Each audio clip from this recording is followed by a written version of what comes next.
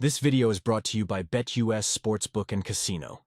Day 11 of the Eagles training camp, guys. We have a lot to go over regarding training camp. We're going to be going over a part of the day. We'll go over all the important stuff, and then I kind of want to switch over to some Jeremiah Trotter Jr. tape and how he's looked, because he's looked absolutely amazing all over the field as a linebacker, and obviously for special teams. We're going to be going over Vic Fangio's press conference, a lot of details on what's been going on, and the Eagles signed a safety. And no, it's not Justin Simmons, so let's get into it. A killer buried, but not dead. Darren, we better turn around. Because I've seen enough horror movies to know any weirdo wearing a mask is never friendly. Yeah, what's going on, guys? I hope everyone's having a fantastic day. Today, with some news on the Philadelphia Eagles, as usual, as we are here every single day. And I think the first thing we really need to go get after with right now is Vic Fangio's press conference, because I think there was a lot of good things to take from this today. And, you know, it's after a preseason game. We finally get to meet with Vic once again. And, you know, beat writers are going to ask questions about specific players and all that great stuff. Now, number one thing that happened is the Eagles did sign a safety, okay? Now, the Eagles did sign Caden Stearns. The Eagles released Shaq Quarterman. They just picked up Shaq Quarterman this week, and he's gone already. No Justin Simmons. This is already telling me that they're very comfortable in what they have right now. Vic Fangio talked about James Bradberry and how much of a good job he's doing in camp, okay? Now, I know he's not going to say anything bad about any of the players. I get it. Like, he's not going to throw anybody under the bus. But usually if Vic says somebody's not ready, or it's a slow start, or not transitioning well, or they're trying their best, like, he will tell us that. He will be truthful about that. But he seems like he's very happy with James Bradberry as of right now. So we'll see how that goes. But this is a guy that was a fifth-round pick in 2021. Okay, he was with Denver for 5 years. Okay, Vic Fangio was the head coach to Denver when they drafted Caden Stearns. He's a very rangy safety, physical ball hawk. He's got great athleticism. He can cover the field well with his feet, good footwork. So, there's not much to take out of here. Okay, I don't know. They figured they need more depth because there really isn't any depth. I like that Tristan McCollum a lot.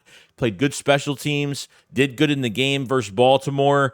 And as of right now, we're pretty much, I think this is really going to be it. I think they're going to see, I know they moved Devonta to safety again. I don't know why at this point. Bradberry's been in the spot. Chauncey Gardner-Johnson is still out. Sidney Brown, don't even think about Sidney Brown this year. He's going to be out pretty much most of the season and just needs to get healthy and get ready for the season after this season. So a lot going on there. But there's a medical history, I guess, with this guy, because before he signed with the Eagles, apparently he was supposed to sign with Carolina, and he didn't pass his physical. So now there's a medical issue now.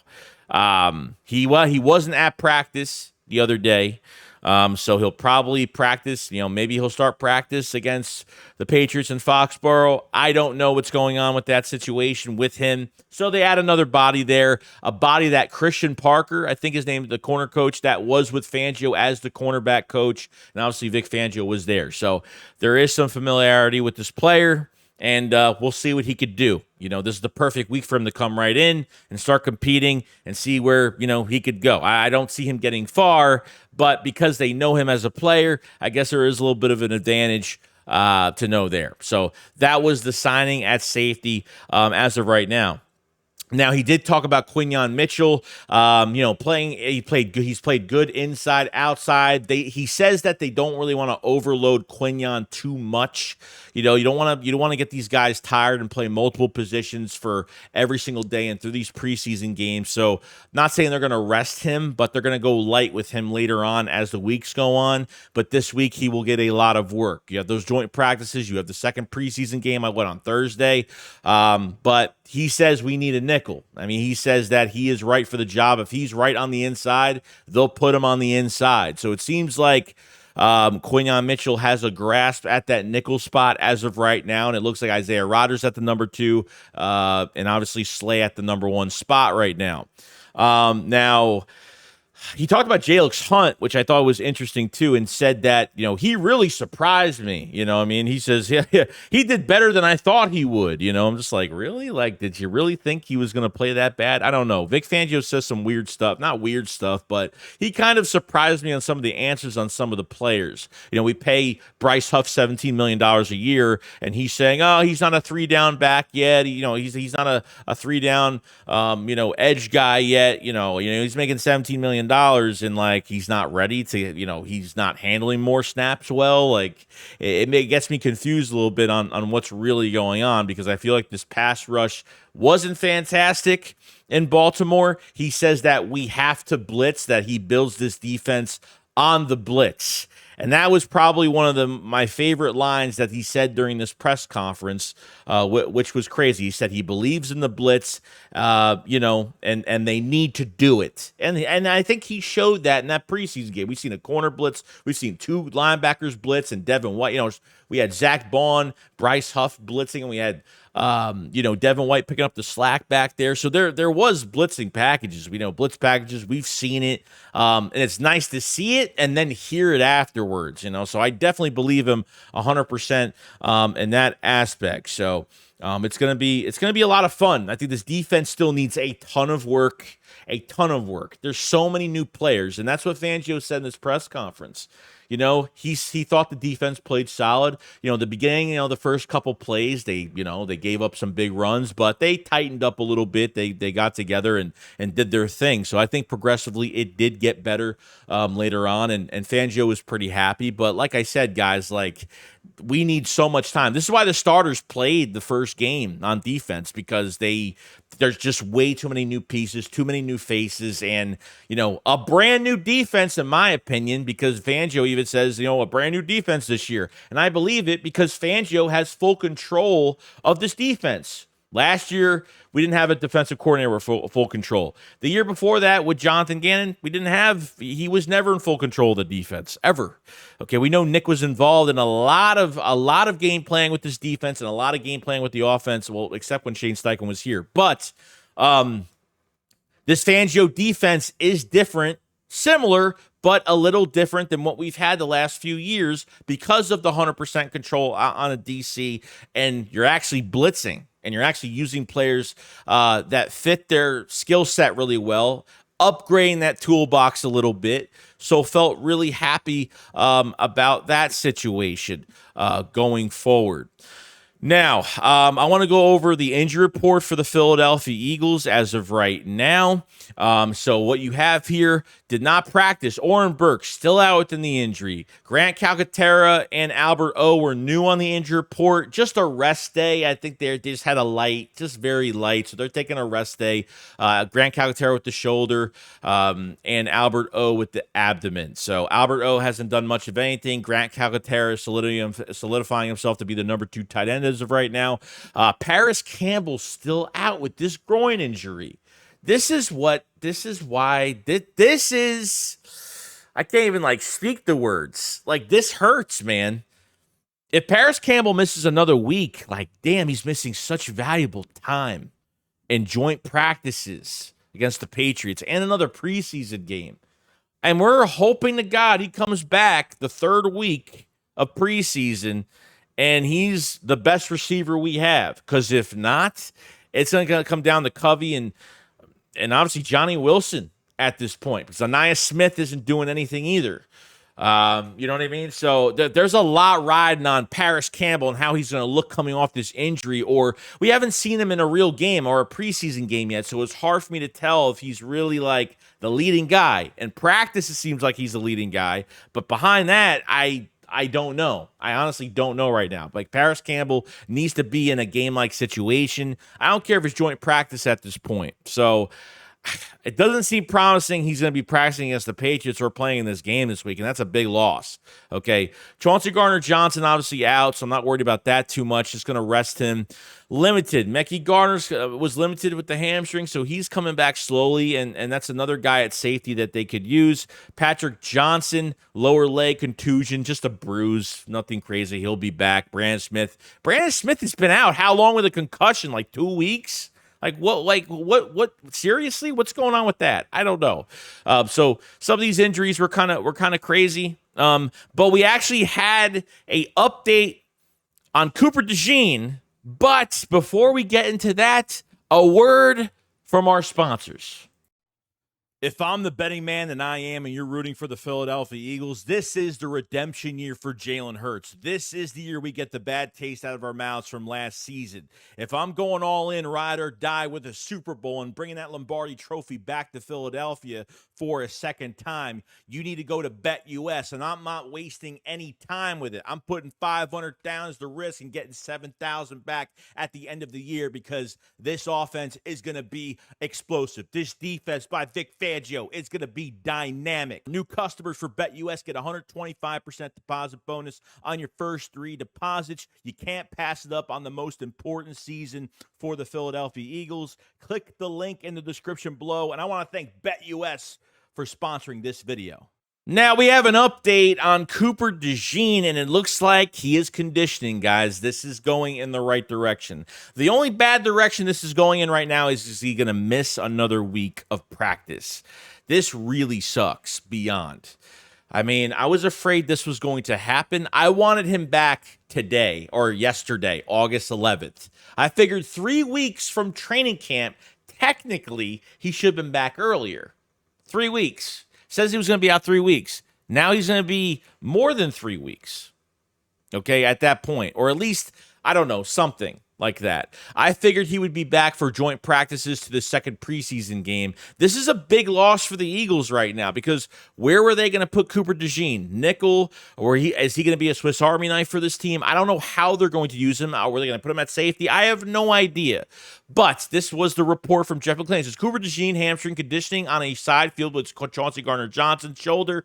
The Eagles rookie DB has yet to practice in camp. Head coach Nick Sirianni declined to put a timetable on his return. Last time he was asked about the second rounder. So they still don't know. I mean, I think they're not rushing him back. And they've even said that they're not really worried about him. But the problem is he hasn't put his body through an NFL preseason game or a week of practice or something like that. This hurts tremendously. I'm hoping they use him as a Malcolm Jenkins type piece, Swiss Army knife for this team. So this one definitely hurts a little bit going forward. Paris Campbell missing opportunity. Now Cooper Dejean, our second round pick. This one hurts a little bit. So hopefully some better things to come. Maybe he'll be cleared tomorrow. I have no idea. It doesn't seem like it. But I mean, I think we're a lot further in the right direction with Cooper Dejean in conditioning now. So that's a really good sign going forward, and we'll see how that goes. Now, the defensive lineup for the Philadelphia Eagles, and I have some other ones as well. Now you had Isaiah Rodgers. Like I said, Isaiah Rodgers was at the number 2. Quinyon Mitchell was in the inside. Zach Ball and Devin White at linebacker. I'm just going to say this, okay, because we're going to be going over the Jeremiah Trotter Jr. tape in this video, okay? So definitely stick around to the end because I didn't know where to mix things up in this video, so I left that at the end because I want to get through the training camp news for the 11th day, okay? I thought Trotter and Dean looked better than Zach Ball and Devin White. And that's just from one game. And at least Trotter looked better than a lot of the linebackers. To be honest with you, a lot of guys on limited snap counts, so I perfectly get it. Trotter Jr. needs all the reps he could possibly get. You had Avonte Maddox starting at safety. Can he hold up at safety? I don't know. Then Bradberry comes right in with the second team yet again. Mekhi Becton again started at right guard.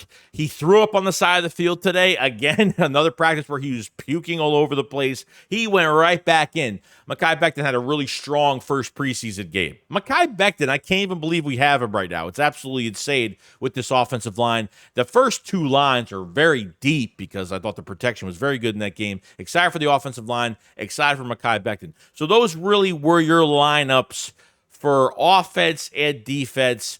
But I think one big moment from the practice that I really did like, Quinyon Mitchell, okay? Quinyon Mitchell faced Devonta Smith on 3 reps. He beat him on 2 reps, which was great. Couple deflections from Quinyon Mitchell and got beaten on 1 by Devonta Smith. So Quinyon Mitchell was trash talking a little bit to Devonta Smith. I know that A.J. Brown and Devonta Smith love when he trash talks, and sometimes there are times where he stays quiet too because he needs to, kind of needs to make the play there.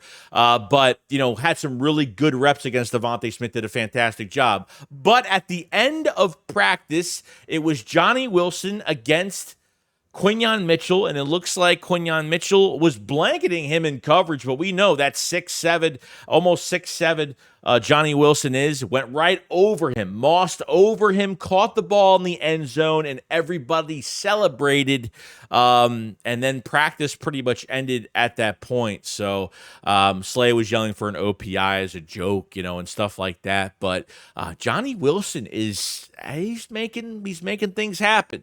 I need to see more reps from Johnny Wilson in this second game this week. And I can't wait for joint practices, at least for the corners and the receivers.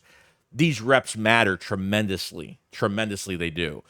So I think that's really good. Quinyon is not getting beat by 15 yards, 10 yards in these practices. He's literally covering perfectly. He dropped a wide open pick in that Baltimore game. So I think he's playing really well. And that was really the big news for the day. I mean, other than that, practice, I know Jalen Hurts threw a deep ball to John Ross, caught it, stuff like that. I need to go into these joint practices. I'm sorry, but I am to the point now after like a week and a half of training camp, I want to just start hitting another team as of right now. We already did with Baltimore. We have joint practices and obviously facing the Patriots on Thursday night. I just need to see more from these guys when it comes to facing other teams, which is a good thing. Now, we're going to be going over Jeremiah Trotter Jr. This is what I kind of been waiting for at this point. Jeremiah Trotter Jr. had a fantastic game against Baltimore.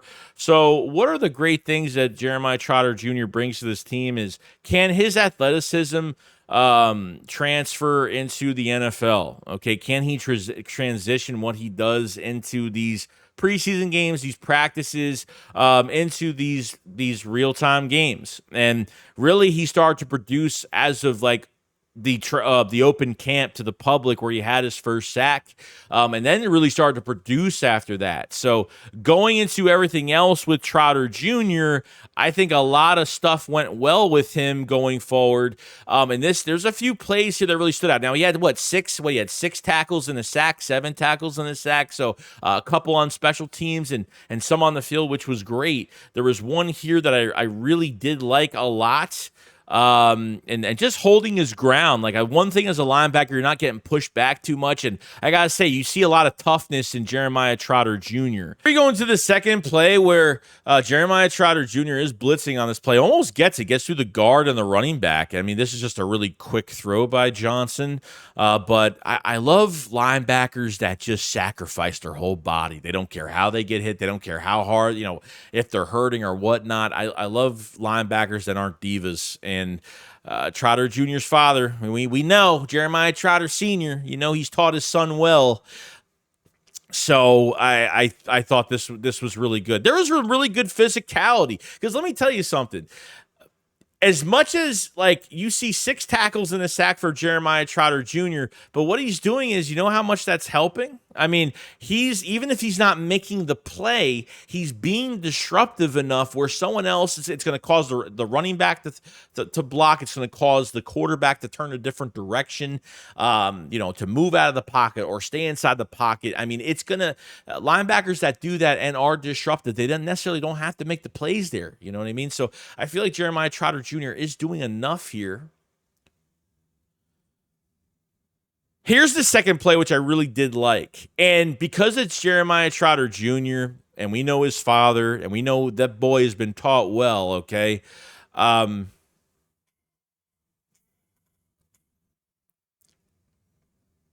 Now, here's the second rep from Jeremiah Trotter Jr., or at least the second video I have here of him blitzing. And you already know, every time I see a blitz from Vic Fangio now, I'm like, oh my God, I miss just being, at least, with these linebackers, you're playing some of these guys downhill. So he blitzes there. The guard and the running back have to take him. He almost got through. It was a quick pass by Johnson. Here's the one thing I really like about Jeremiah Trotter Jr.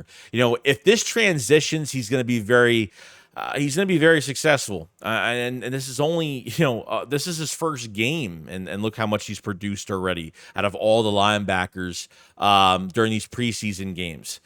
When you're that disruptive, you're going to have somebody else make a play, okay? You don't have to make a play. He doesn't have to make the play. That's why I've been doing these videos the last couple days, because even though Jalyx Hunt isn't making a big pick or he's not getting the sack, he's covering somebody that the quarterback was going to be eyeing on that play, which caused the Jeremiah Trotter Jr. sack. It's helping out somebody else. Jeremiah Trotter Jr. being this disruptive is going to cause the quarterback to go outside or stay on the inside or rush to the left or the right or the middle. It's going to cause somebody else to make a play just by him being disruptive and disrupting all of the blocking assignments for that Baltimore offense or offenses in general. So really did like this play a lot.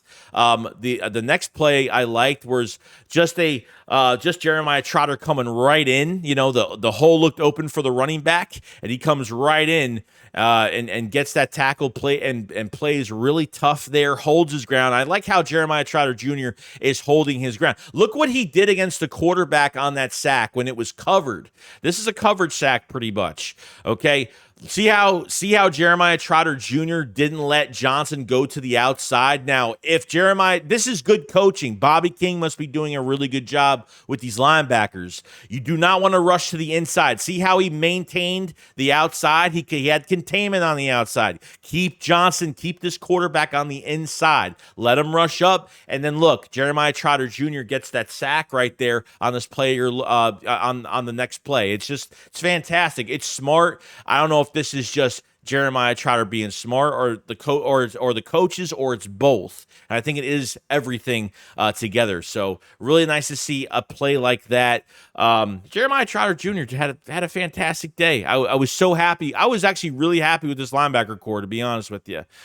Jeremiah Trotter Jr. The most. So it was really, really nice to see him and what he could do. And it was great. So much love to Jeremiah Trotter Jr. and this second game, and obviously joint practices, and see what these linebackers do. But man, I'm starting to say that I know he's probably not going to start beginning of the season.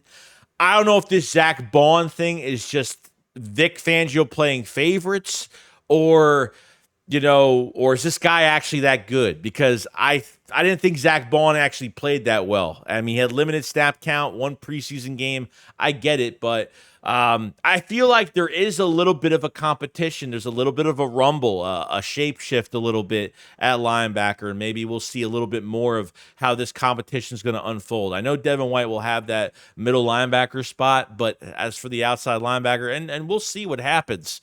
Trotter could play inside, outside, middle, outside. It doesn't matter, regardless, because I think all these linebackers have to learn, God forbid there's injuries, to learn the green dot, be able to command the defense a little bit. I think Trotter Jr. can do it. He could start 5-6 weeks down the road. I mean, you never know. Zach Bond might be a horrible signing. He has started every single training camp to this point, so this whole thing could be a hoax. You know what I mean? So we don't know what's going on with that. But other than that, guys, that's pretty much it. We talked about a lot of things today. Let me know what you guys think of camp and Quinyon Mitchell and what Vic Fangio had to say, and honestly, Jeremiah Trotter Jr. And what do you expect from Jeremiah Trotter Jr. this year? Is Zach Bond fool's gold to Vic Fangio? Is he just playing favorites right now? Or is he legit going to be making plays? We'll find out in this second preseason game. This defense isn't going to have a second week off. They're playing in this game this week. He's not sitting starters, or he's playing everybody. I think everybody needs to play. This defense is new. A lot of new faces. Fangio has a lot of work ahead of him and the rest of this coaching staff.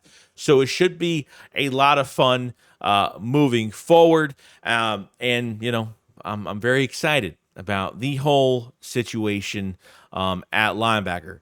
Now, guys, if you guys haven't checked out the Philly Shakedown podcast merch, definitely check it out. We have a lot of merch in the coming days, some new stuff coming out at the end of August. But if you guys haven't checked out the redemption line for the Philadelphia Eagles that me and Philly created, our artist in Florida is fantastic, big supporter of both channels, and has done a fantastic job for us. So I thank him so much. We have the Jalen Hurts shirt with all of his sayings on it, which looks fantastic. Saquon Barkley jumping over MetLife with fire just burning down, which I really do like a lot. We have the Swole AJ Brown shirt. Check that one out. We have the Slim Reaper shirt that everyone seems to be liking so much. Check that one out. And one of my favorite shirts is the Swole Batman shirt. AJ Brown looking like Batman and Swole Batman.